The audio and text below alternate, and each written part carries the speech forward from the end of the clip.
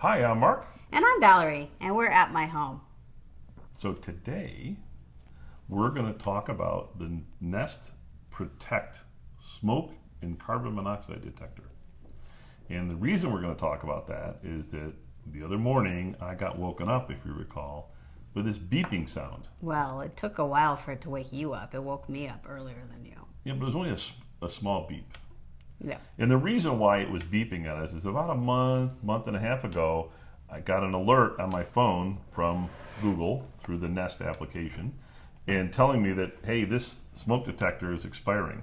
It's expiring because the carbon monoxide detector only lasts so many years. Matter of fact, the models we have, you remember, we got them about 7 or so years ago, and those ones, their carbon monoxide detector only lasted 7 years. Now, the newer models like this one here, actually it lasts 10 years. So we don't have to worry until, until 10 years from 10 now, years we're going from to hear now. another beep.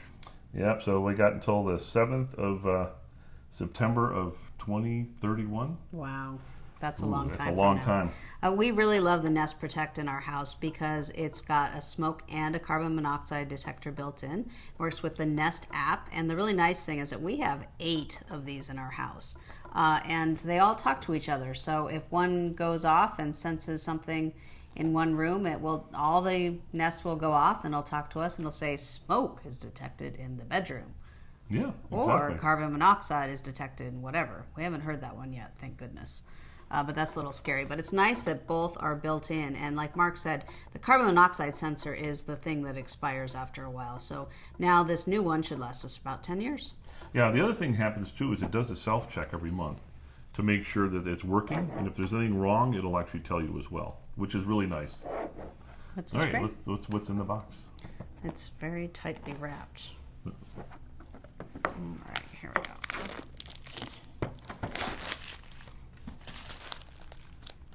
So here it is. Well, we were early adopters of this before Google bought Nest. We've had it for a really long time. Yeah, a long time. And they work great.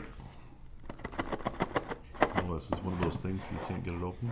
Oh, it's got a sticker. Can you get it? Yeah, I can get it. See, oh, look, it had one of those things you just pull off. That's nice. Mm-hmm. Ooh, then it slides out. Wow. That was fun. That's a production.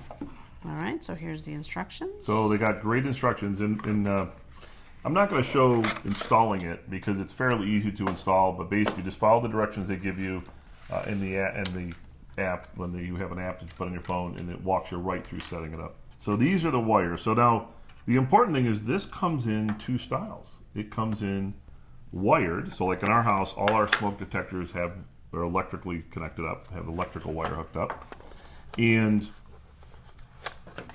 your house may not have very many smoke detectors that are wired together, if any. And if you need to add additional smoke detectors, they also make a model that's battery powered. So for example, Valerie's mom's house only had wired smoke detectors in the hallways, but none in the bedrooms because of the age of the house. So we bought smoke detectors and put them in the bedrooms, right? And the really cool thing about that is the wired ones and the wireless ones, the battery powered ones, they all talk to each other. So you can really improve the safety of your house for both smoke and carbon monoxide detection. Yeah. And yeah, there's the wires. You just basically, when you take this out of the wall, your old one out of the wall, if it's wired, you just have to hook these 2 wires up to the ones you have.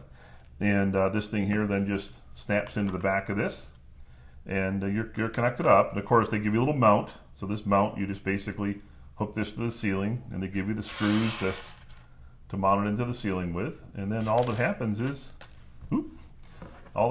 this goes on the bottom, and you just twist it on, and it's done. You've got the smoke and carbon monoxide detector all hooked up. But they give you everything that you need. They give you the screws, they give you the plate, they give you the wire nuts. That's it. That's all you need. I think the hardest part about this is that Mark has to get up on a ladder. Yeah, fortunately, that part of the house is not that tall a ceiling. So yes, that's the only big thing about putting them in. But once you do that, you basically pull out the battery tab, because they do have batteries in them. Even the wired ones have batteries, because remember, you want, if the power goes out, these things to still work. So they'll still work. As a matter of fact, they'll even talk to each other or talk to you throughout the house because the battery's backing the whole thing up. And again, if the carbon monoxide detector expires or something's wrong, it'll tell you. If the backup batteries are low, it'll tell you, although the batteries are designed to last the 10 years. The one we're just replacing now, that's 7 years old, the batteries lasted all 7 years, so not a problem at all. So that's it. That's pretty much That's the Nest Protect. yeah. So I would recommend you getting it, especially if you don't have carbon monoxide detectors. I'm a big proponent of making sure you have carbon monoxide detectors. All right, that's it. That's the Nest Protect. That's the Nest Protect. Thank you. Thank you.